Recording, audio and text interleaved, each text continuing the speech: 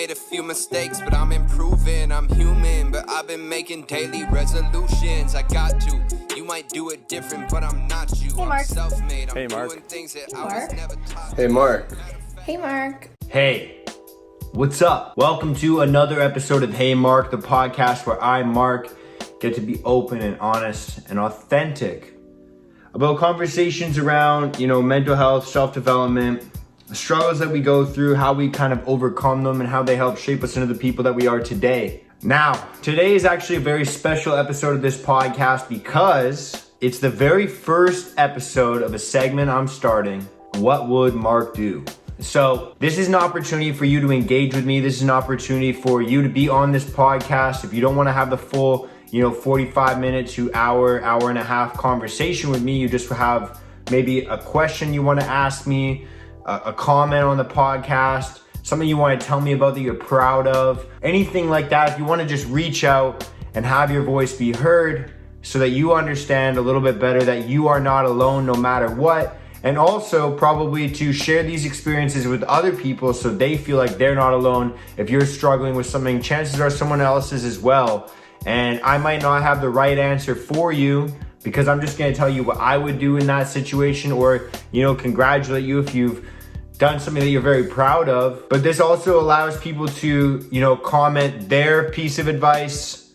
And so you could also learn from others. And this kind of creates a little community where we're all open with each other and learning from each other and growing together. So I think that this is a really cool idea. And I've already had quite a few people message me with some questions or comments. So I want to just jump right into it. He makes all of the beats and music for my podcast, and as well obviously drops his music on SoundCloud, on Spotify, etc. You can find him on Instagram at RealMP5, which I'll just write down below here as well. So why don't we jump into the first person today and hear what Miles has to ask. Hey, Mark. Sometimes I wake up feeling anxious. What kind of things would you tell me to do to try and bounce back as quick as possible? So, how to basically turn around what starts off as a bad morning? Dang, dude, that's a really good question. I'm actually really glad that you asked that because this is something that I still have to do all the time. It's something that I consistently deal with, and I know that there's a lot of other people that deal with this as well. A long time ago, I actually made an episode about this, but this was way before this was a podcast and way before probably any of you were even listening to it. So why don't I just go into this right now? How to turn a bad morning or a bad start to your day into a good day and kind of turn that energy around. First off, you have to understand that it's okay to have a bad morning. It's okay to wake up sometimes and just feel like you don't really want to get out of bed, right? It's completely normal. This is something that all of us deal with, whether you want to admit it or not. It's not like we wake up every single day and feel motivated to do the things that, we don't typically want to do, but we know are good for us. And we know these things are going to push us in the right direction. Even though we know all that, sometimes you wake up and you just feel like shit and you don't want to do these things. My very first piece of advice for you is avoid screen time. Whether you're playing video games, you're on your computer, you're watching YouTube, you're watching TV, you're watching the news, maybe you're on social media, no matter what it is, if you're starting your day off looking at screens, chances are that's probably going to be overstimulating you first thing in the morning. It's probably feeding your addiction for instant gratification right when you wake up, see what's on social media, see what people think, etc. It also takes up a lot of time. It prevents you from starting kind of a morning routine, and it's just going to add to anxiety, right? We all kind of know these things, but it's so difficult to actually follow through with avoiding that screen time. The second thing is obviously have a morning routine. That way on days that you wake up and maybe you don't have to work on the weekends, or maybe you're not working right now, or maybe you work from home, having a morning routine kind of gets you in gear or starts the momentum of your day, kind of sets the pace for what you're going to be up to. A lot of the times if I don't have something to do that day, then it's very easy for me to slip into having a very slow start to my morning. And for me, that doesn't really add up to me feeling good and productive. I kind of like to have a fast-paced start to my day, get up and get after it. So that's usually how my morning routine works. A lot of people like to have a slower morning routine. If you're going to have a slower morning routine, then wake up earlier, maybe sit down, relax, take a sip of your coffee, and just kind of get your mindset right. So for me, my morning routine is wake up at 4 o'clock, between 4 and 5, and go and hit a run first thing, and then come home, read, journal, etc. Kind of set my intentions for the day. Some people don't really like moving first thing, but I think that kind of gives me the energy that I'll need for the rest of my day. If you want to have a slower start to the morning, you can wake up and meditate, you can wake up and journal, you can wake up and read, you can wake up and stretch, you can wake up and go for a walk. And it's going to set the tone and perhaps set the momentum, kind of set the pace for the rest of your day. And then from there, it's just hold the line and kind of maintain that standard you've set for yourself. So just basically kind of do something that makes you feel good right away. Now, if you wake up and you feel like absolute shit, you don't want to do any of these things, at the very, very least, get out a piece of paper or open up the notes in your phone and set an intention or a plan for the next morning so that you don't have this process repeat itself. Sometimes you are gonna wake up and just have a bad fucking morning or a bad day. And the only thing you can do if you're going to lose today is make sure that you win tomorrow, right? And that's kind of my best piece of advice for you, I'd say, is if you're gonna lose today, make sure you can learn from it and win tomorrow. Just because something starts out as something that's bad or feels difficult or stressful doesn't mean it's going to end the same way as well. Sometimes we need to go through these tests, these trials and tribulations before we can get the reward. Actually, that's typically how it works. So if you wake up and you're feeling stressed, obviously that can be a red flag and a warning sign for you, but it can also be a learning opportunity for you as well. And that's kind of all I can kind of say about turning a bad morning into a good day or a productive day or a positive day, how to kind of turn that negative energy around. Now the next entry that we have this week is from Faith. Why don't we just take a second to listen to what Faith has to ask? Hey Mark, what was your biggest challenge that you have overcome or are continuing to overcome learning how to deal with your mental health and how to help and lead others on the journey to help their own?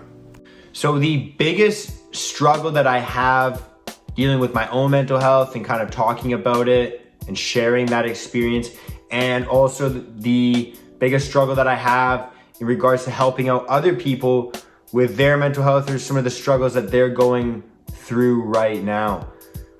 That is also a really good question. Wow.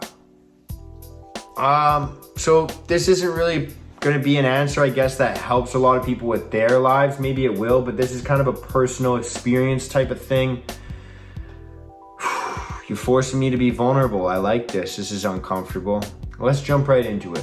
Biggest struggle I've had with dealing with my own mental health is probably going to be peeling back the layers of my ego. And what I mean by that is, something that I've spoken about recently in one of these episodes is, like I said, peeling back these layers of the ego. So sometimes it's very easy for me to get lost in the act of, working on myself, quote unquote, working on myself. And for me, that's just doing the routines or habits or actions, behaviors that come easy to me that make me feel good. So that could be, working out, eating well, stretching often, journaling, reading, those types of things. When really it's, other aspects of my life sometimes that I have to work on to start to feel good. And so that could be, my personal connections, listening better to my loved ones, spending more time with my loved ones or investing more in them. It could also be, working on some of the things that are more uncomfortable for me to work on, like telling the truth, having those difficult conversations, being honest with people, even though it's hard sometimes, peeling back the layers of my ego and working on the things that I actually need to work on, as opposed to working on the things that are convenient for me to work on that kind of give me that instant gratification. The other thing I struggle with a lot is being present. And so a lot of the times I'm very anxious. I'm thinking about the future, how I can make that better. and it prohibits me from kind of experiencing and enjoying the present moment and being a little bit more aware of my surroundings. And so, where do I struggle in terms of helping others? Most likely listening to them and understanding that their vision of success and happiness is very different than my vision of success and happiness, and kind of holding them to the same standards that I hold myself. And so I understand that, there's many different answers to the questions that I get, and there's varying ways to deal with different situations. But at the end of the day, all I can kind of do is share my experience and share my perspective and give my advice. And that is literally the reason why this segment is called What Would Mark Do? Because all I can kind of tell you is how I would deal with that situation, or where I would move forward from whatever struggle you're going through, or maybe how I would move forward from whatever win you've just experienced. And so I guess, like I said, the biggest struggle that I deal with in terms of helping other people is listening to them, making sure I have a clear understanding of what they actually are looking for, what their idea of success or happiness looks like, and then kind of helping them make a roadmap to get to where they want to go to, as opposed to where I think they could go or I think they should go. And then I guess to answer both questions at once, I guess just kind of holding myself and other people to very high standards. Sometimes they can be very unrealistic, and that kind of does drive that high achiever progress, but it also does drive a lot of stress and anxiety for everyone included. So just setting very high expectations or standards, and we all know that expectations can easily lead to disappointment sometimes. Now, the very last one, we got time for one more today. Sam sent me this video on Instagram, and let's check out what she has to ask me right now. Hey Mark, question for you. Who would you like to team up with? Team Akatsuki? Team Madara, Uchiha? Team Harashima? Kakashi or Itachi? I don't know what you're gonna pick, but for me, I will choose Team Itachi, because you never know what the fuck is he stirring up. Looking forward to your answer. So this is an anime question. If you're a fan of Naruto, then you're going to understand this. If you're not a fan of Naruto, then you'll probably be bored, but I'll make this one short and sweet. Team Kakashi all the way, baby. There's no question. Kakashi's the guy that trains my boy Naruto. Bang! This guy right here. Into the guy that he is today. Obviously, Jiraiya helped as well, and there's a lot of other teachers and mentors, but I feel like Kakashi's the coolest mentor. He's very stoic, he's very cool, calm, collected, doesn't say much, and when he does, it's pretty funny, so I like that about him. He's kind of like the mentor that I wish I had. So if you know anybody that's like Kakashi, tell them to reach out to me. That guy could be my mentor, because that guy's a G. That's all we got today. Thank you for joining us for this episode of What Would Mark Do? Please send me your submissions as well. If you got something you want to ask me, if you got something you want to share with me, a question, a comment, a concern, anything like that, you can send it to me on Instagram, you can send it to me on Facebook, you can send it to me on WhatsApp, text it to me if you have my number. Any way you want to contact me and send me your question, comment, concern, and I'll go over it in the next episode of What Would Mark Do? Thank you so much. I hope this helped you out. I hope this brought you some perspective, entertained you, or made you think of a situation in a different way. Go out and kill it. Have the best day, the best week, the best month, and the best year that you possibly can. Much love and peace out. Thank you so much, guys.